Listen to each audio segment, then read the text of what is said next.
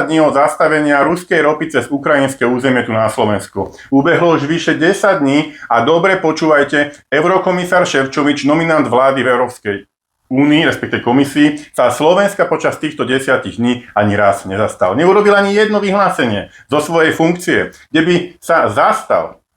Jedno tlačové vyhlásenie, kde by sa zastal Slovenskej republiky a kde by jasne povedal, že Ukrajina si niečo také nemôže dovolovať a že porušuje asociačné dohody. Ubehlo 10 dní a ukrajinský šéf vlády Šmihal si dovolil vyhlásiť, že zastavenie ruskej ropy neohrozuje Slovenskú republiku, jej energetickú bezpečnosť, ale milí občania, Slovenská republika je najväčším importérom ruskej ropy zo štátov Európskej únie. Nech sa páči tabuľka, opakujem to. My sme najväčší importér ruskej ropy. Ako môže niečo také ukrajinský šéf vlády vyhlásiť a my na to nie sme schopní adekvátne zareagovať? Orbán chce sankcie, chodí do Ruska. Siar to vyhlásil na Facebooku jednoznačne, že za toto všetko, za toto zinscenované divadlo môže Európska únia, že ona ho urobila, že ona je autorom. Ide až natoľko ďaleko, že to šplechne Európskej únii do tvári.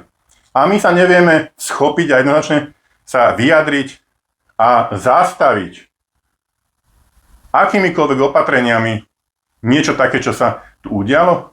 Veď Ukrajina sa niečo také nemôže dovolovať. My tu nemôžeme vyhlásovať, že zastavíme elektrickú energiu. Veď naša republika zo zákona neobchoduje s elektrickou energiou. Ona nemôže obchodovať. Obchodujú súkromné firmy a súkromné firmy nikdy nezastavia elektrickú energiu na Ukrajinu, lebo na ne zarábajú. Slovenské elektrárne je najväčší výrobca elektriny na Slovensku. Nie je v rukách nášho štátu. Veď my ho nevlastníme, my ju nevlastníme. Slovenské elektrárne sú v rukách súkromníka. Výrobky z ruskej ropy zastavíme, lebo čo?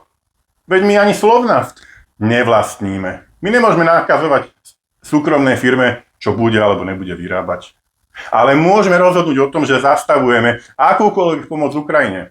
A že Ukrajinu už nebudeme ďalej napríklad vyzbrojovať zo štátnych alebo súkromných firiem.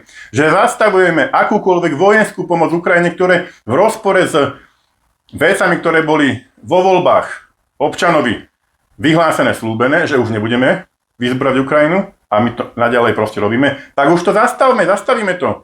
Zastavme akúkoľvek finančnú pomoc a vyplácanie financií ukrajinským občanom tu na Slovensku, aby aj oni pocítili, čo robí ich ukrajinská vláda voči našej vláde, voči nášmu štátu. Zastavme akúkoľvek pomoc Ukrajine, lebo Ukrajina si dovoluje veci, ktoré sú absolútne nepristojné a občania Ukrajiny aj tu na Slovensku musia pocítiť, čo robí ich vláda.